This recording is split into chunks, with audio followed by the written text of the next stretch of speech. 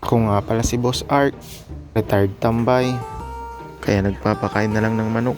Meron pala akong bagong alagang mga manok mga boss.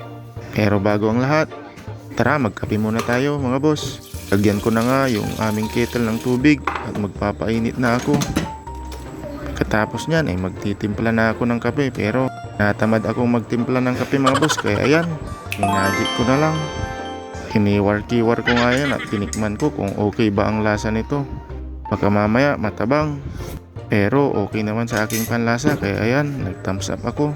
Tingnan din pala si Ishan, sabi niya good morning daddy. At ayan, sinilip ko ulit itong incubator ko, kaya ayan, naplos-haplos ko ulit yung mga itlog para pang paswerte mga boss. Tapos ay sinilip ko yung aking mga alagang manok at ayan, di na sila mapakali, gutom na sila. At umupo muna ako sa aking duyan at nagduyan muna ako habang nagkakape at pinagmamasdan ang yung aking mga manok. Tignan niya naman, napakasarap sa pakiramdam pag nakikita mo yung mga alaga mong manok, ang dami at ang lulusog. Sarap sa tinola yan mga boss. Kaya yan, naglagay na ako ng kanilang pagkain. Giniling na mais at bayoto nga ang aking pinapakain, kaya malulusog yung aking alagang mga manok. At binuksan ko na ang may wagang pintuan. At ayan na nga, sinasalubong na ako ng aking mga manok at pato. Pakasarap sa pakiramdam na may mga alaga kang ganito. Stress reliever talaga mga boss. Lalo na pag natikman mo na ito. Kaya lang medyo matagal pa, kaya anos labat mga boss, talaga nung tansubilay. Ito pala yung dalawang alaga kong mga manok mga boss, dalawang pabo pala yan. Bigay po yan sa akin ng aking papa, dinala pa niya dito sa aming bahay. Masarap din po yan mga boss, lalo na pag lechon. Kita ko nga ulit itong dalawang pato na ito, nagsisiksikan sila sa isang basket. At meron ding patong nangingitlog dito mga boss. Yan, galit, kala mo naman babawasan ng itlog. Inilip ko din pala dito sa may taas ng basket at meron akong nakitang dalawang itlog. At dito rin sa kabila mga boss, meron ding naglilimlim dyan. Ayan, galit pa, sinilip lang. Itong mga sisiw ko mga boss, ayan, malalaki na din. Ayan, 8 pala yan mga boss. At dito naman sa kabila, 7. Ayan, malalaki na din. Ito pala yung aking unang sisiw mga boss. Ayan, malalaki na. Yung iba dyan, Rhode Island at tib na manok. Yan pala mga boss ay napisa sa aking incubator.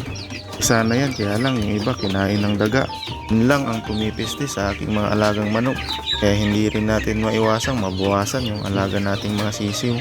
Kaya dapat talaga nakakulong sila.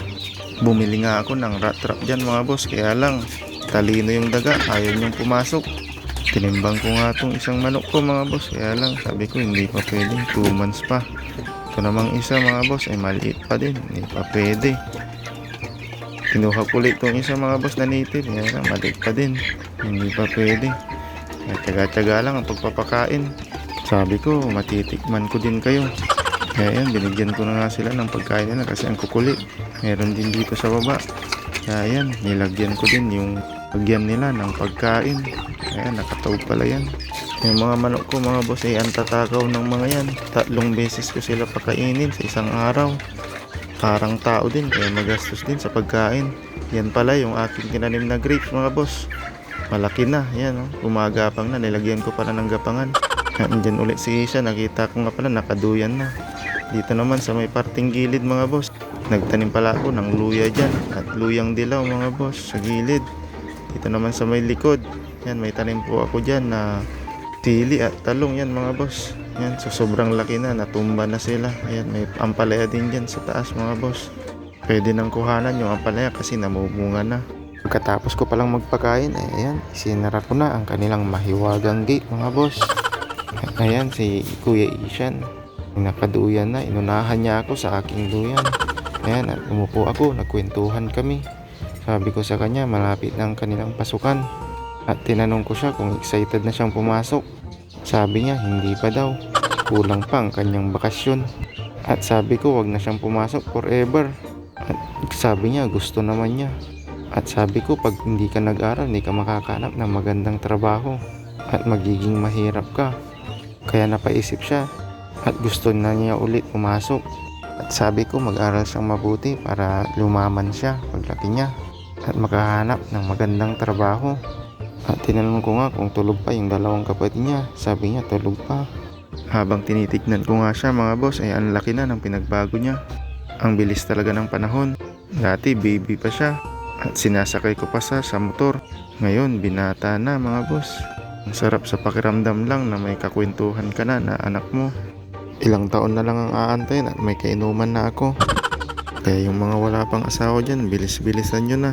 Shoutout pala sa lahat ng single dyan. At kung wala ka pang jowa ay kabahan ka na. Joke lang mga boss, good vibes lang tayo.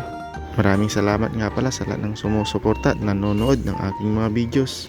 Huwag nyo palang kalimutang mag-like and follow at pakishare na rin itong mga videos ko mga boss. Mag-ingat kayo palagi. Maraming salamat. Bye-bye!